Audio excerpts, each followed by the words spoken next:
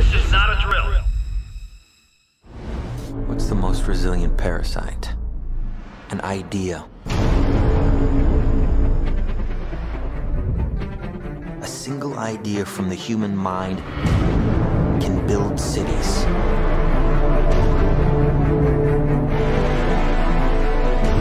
An idea can transform the world and rewrite all the rules. Which is why I have to steal it. He's hiding something and we need to find out what that is. We gotta break out of here. Give him the kick!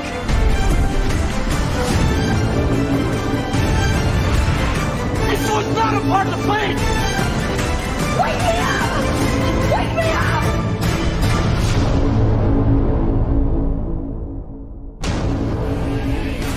I know we have still not shattered that highest and hardest glass ceiling, but someday someone will, and hopefully sooner than we might think.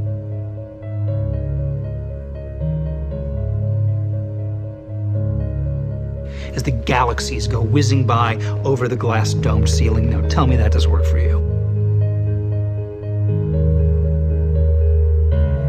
If it's true, does it change how I live my life? This is something that is not an easy answer because of the magnitude of what we're talking about here.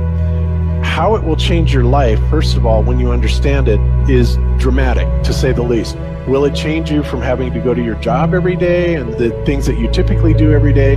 No. But when this knowledge becomes more mainstream and these agencies are starting to be held accountable, and you understand that they're all participating in this, not just the United States government, not just NASA, but China, Russia, India, all of them have space programs. They all have the same symbolism. They're all doing the exact same thing to their citizenry. And the first thing you have to understand about this is that the deception goes all the way to the top. And when I say all the way to the top, you have to kind of get rid of the notion that the people at the very highest levels are working together.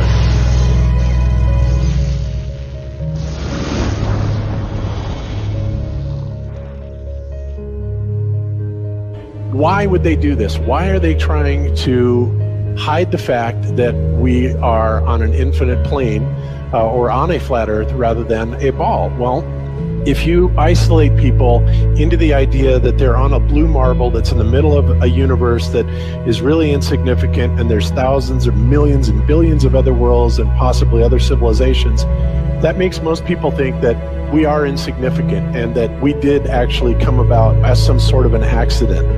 Now, when people believe that, their minds are much more malleable into being given the idea that there is no God, there is no creator.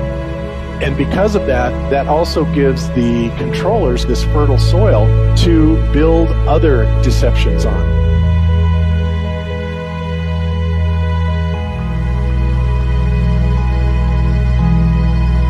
Why do you think that Truman has never come close to discovering the true nature of his world until now? We accept the reality of the world with which we're presented. It's as simple as that. It's about total control, mental, physical, spiritual, every way, shape, form possible.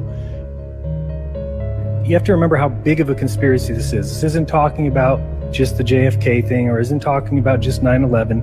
It's on an umbrella kind of system to where it is the biggest deception that there is. It actually exposes every other deception, and nothing else brings down the power of the elite because it really exposes education, science, the economy, television, museums, universities. Think of all the things that have been fooled.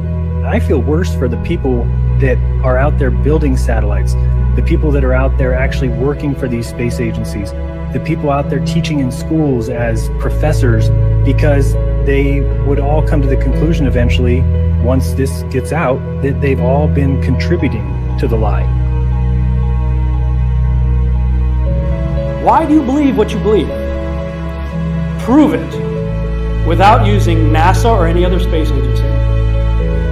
the government or military of any country in the world. Why would I say that? NASA has been proven to be liars time and time again. I could spend a whole weekend here showing you the lies of NASA. How many of you believe your government is 100% honest and can be trustworthy? And how many of you know the military answers to their government? Okay, so if those three sources are all proven liars, why would you trust them? Fool me once, right? Shame on you. Fool me twice, shame on me. I say, continue to believe pathological liars and you're an idiot. But that's what we've all done. And so, you know, I look at these stuff, you know, we've all seen the textbooks, we've all seen the videos and movies and all these things, and there's so much of it. Do you know what the budget NASA has? You know how much they get? How much money they get? Have you seen the movie Gravity? Okay. That's made for about $100 million, give or take. And if you saw the movie Gravity, that was pretty impressive. I saw it on IMAX, big screen, like, wow. I mean, I felt like I was with Sandra Bullock flying around in space, freaking out myself. Okay, this is what they're able to do with $100 million. What are you able to do with tens of billions of dollars a year since the 60s? Now, in my opinion, we're being lied to not only about the shape of the Earth, we're being lied to about the very nature of reality itself. In 1954, Admiral Richard Byrd, a highly decorated naval officer, conducted an interview where he alluded to the idea that there may very well be land beyond the poles. Admiral Byrd, you've been to both the North Pole and the South Pole. Is there any unexplored land left on this Earth that might appeal to adventurous young Americans? Yes, there is. But strangely enough, there's left in the world today an area as big as the United States that's never been seen by a human being. And that's beyond the pole, on the other side of the South Pole, from Middle America.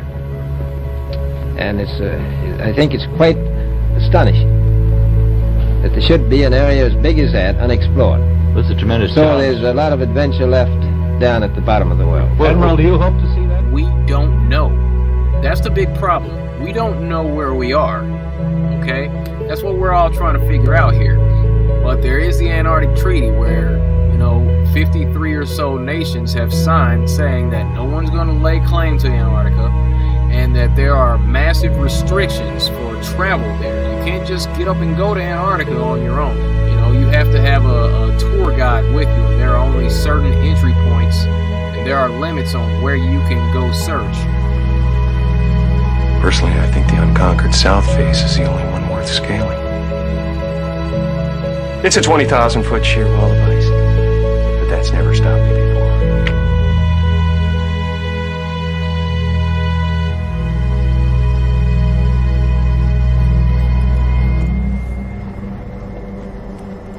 Welcome.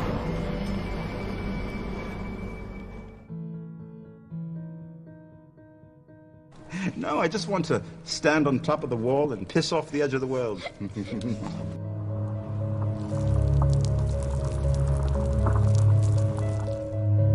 What difference does it make? What difference does it make? Yeah, that's their favorite line. Got a lot of people, what difference does it make? You can't figure out what difference it makes? If you can't figure out what difference it makes that the people running your world are lying to you over and over your whole life, if you can't figure out that someone lying to you is trying to control you, suppressing of information, of knowledge is control. Deception of information and knowledge is a form of control. So what difference does it make? It makes a big difference, because once they start omitting information or lying about information about where you live, they're doing it to control you, period. Why am I having to explain this to critical thinkers in the truth movement? The way you control billions of people is to keep them divided and fighting each other.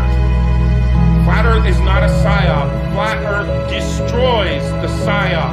Every psyop that's been used to control us. For as long as they've known about it. So this system has been in power and control for hundreds of years, ever since they convinced the rest of the world that they didn't know where they live, and created this fantastical scenario to make people feel insignificant and to follow those that appear to know better. Why is the flat earth so important? Because it shows the deception. And if everybody would just come together and demand answers, they would be in checkmate. They would not know what to do. Train up a child in the way that he should go, and when he is old, he will not depart from it. I believe that's why we have so many who are indoctrinated to still believe and fight so hard for the heliocentric model.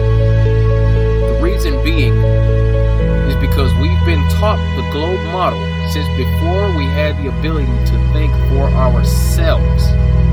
Think about that. Before you could think for yourself, before you could form rational thought, you've been taught that you live on a spinning ball, although your five senses tell you something totally different.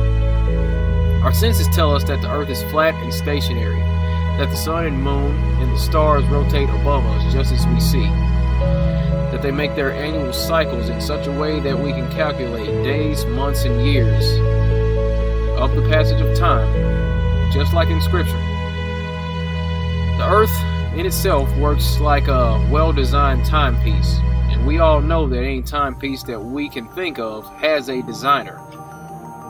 What if the lie is to hide the existence of that designer?